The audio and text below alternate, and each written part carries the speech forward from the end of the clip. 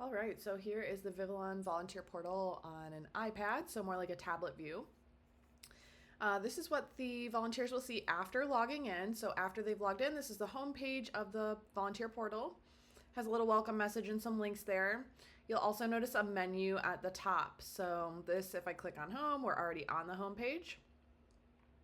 If I click under more, that's where we'll see upcoming shifts, volunteer hours, and contact us. So let's start with upcoming shifts. So we can see the calendar on a tablet. Here's our shift calendar.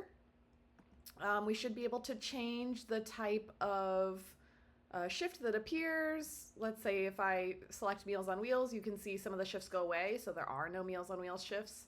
And there's not a lot of test data here in the sandbox, but I can switch this back to Carepool. You'll see the Carepool shifts reappear. Of course, there's no hover on a tablet or a mobile device because there is no way to hover a finger without actually touching or tapping the screen. So on tablets and mobile, volunteers will have to actually click the shift itself to be taken to the detail page. So again, this is on tablet, like an iPad or something. You can see the shift details here, including the date. The transportation details have the client name, the ride type, the destination address, and pickup address.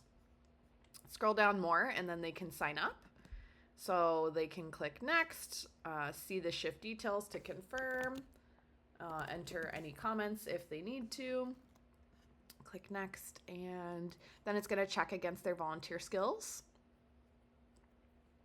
And thank you. We got a thank you message. There's no other actions we can take here. So intuitively, people should probably go back to the calendar or home. Or anything like that. But let's actually go to the My Volunteer Shifts, My Volunteer Hours page. So on the My Volunteer Hours page, there's various list views here. So this will show upcoming volunteer hours. It is a little bit condensed here on a tablet, but they can actually adjust the sizes of these columns so they can drag them to see more information. So if I need the client name, for example, I can drag this column so they can see the client's name. And then let's say one of their rides is all done. They want to click on it to edit the status. You can click that ID number there. And so here's a volunteer hours record that was confirmed. Again, this is a really silly example because this is the sandbox. So there's a bunch of test data here that won't be like this in production when the volunteers are actually using the portal.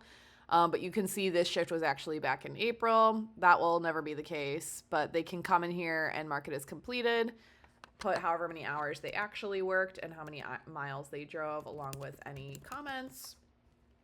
And there's a place for them to mark ride or no show. This should actually give us an error because volunteers are not allowed to edit their shifts if it's been more than 30 days since it happened. So I expect an error when we click save here.